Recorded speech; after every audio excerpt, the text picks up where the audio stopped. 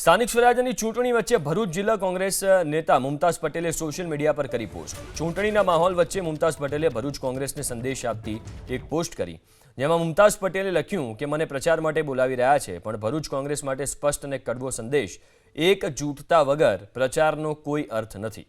પહેલા આંતરિક ગોઠવણી કરીને એક થવું પડશે, નહીં તો પ્રચાર ફક્ત ઔપચારિકતા બની જશે।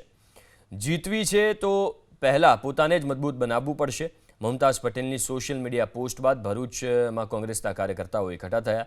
ભરૂચ શહેર કોંગ્રેસે નગરપાલિકાની ચૂંટણીમાં પક્ષને વફાદાર રહીને ફોર્મ પરત ન ખેંચનાર કોંગ્રેસના ઉમેદવારોનું સન્માન કર્યું। મુમતાઝ પટેલે સોશિયલ મીડિયા પર કરેલી પોસ્ટ પર ભરૂચ શહેર કોંગ્રેસ પ્રમુખ સલીમ અમદાવાદીએ પ્રતિક્રિયા આપી કે મુમતાઝ પટેલ ભરૂચના દીકરી છે, એટલે પ્રચાર કરવા આવશે। જે ઉમેદવારો પર સામ દાન અને પદ્ધતિ અપનાવીને ઉમેદવાર પાછું ખેંચવાનું જે ભાજપની સરકાર દ્વારા પ્રયત્ન કરવામાં આવેલો, તેની સામે જબરજસ્ત તાકાતથી ઉભા રહીને ફોર્મ પાછું નથી ખેંચાયું, નક્કી ખેંચ્યા એવા લોકોને સન્માન કરવાનો પ્રોગ્રામ રાખવામાં આવેલો। ભરૂચ શહેરમાં ઓછામાં ઓછા 10 સભ્યો એ લોકો ટાર્ગેટ બનાવેલા ઉઠાઈને ફોર્મ પાછું ખેંચવાના।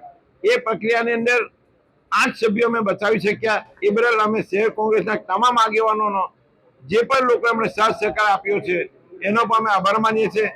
જે લોકોએ પાછા ફોર્મ નથી ખેંચ્યા એમને ખૂબ ખૂબ અભિનંદન આપીએ છીએ કે લોકશાહીને ટકાવી રાખવા માટે, સંવિધાનને ટકાવી રાખે ને ભરૂચ નગરપાલિકાના વિકાસ માટે એ લોકોએ આ રીતે જે રીતે ફોર્મ નથી પાછા ખેંચ્યા ને એમના આજે પ્રોત્સાહિત કરવામાં આવ્યા છે।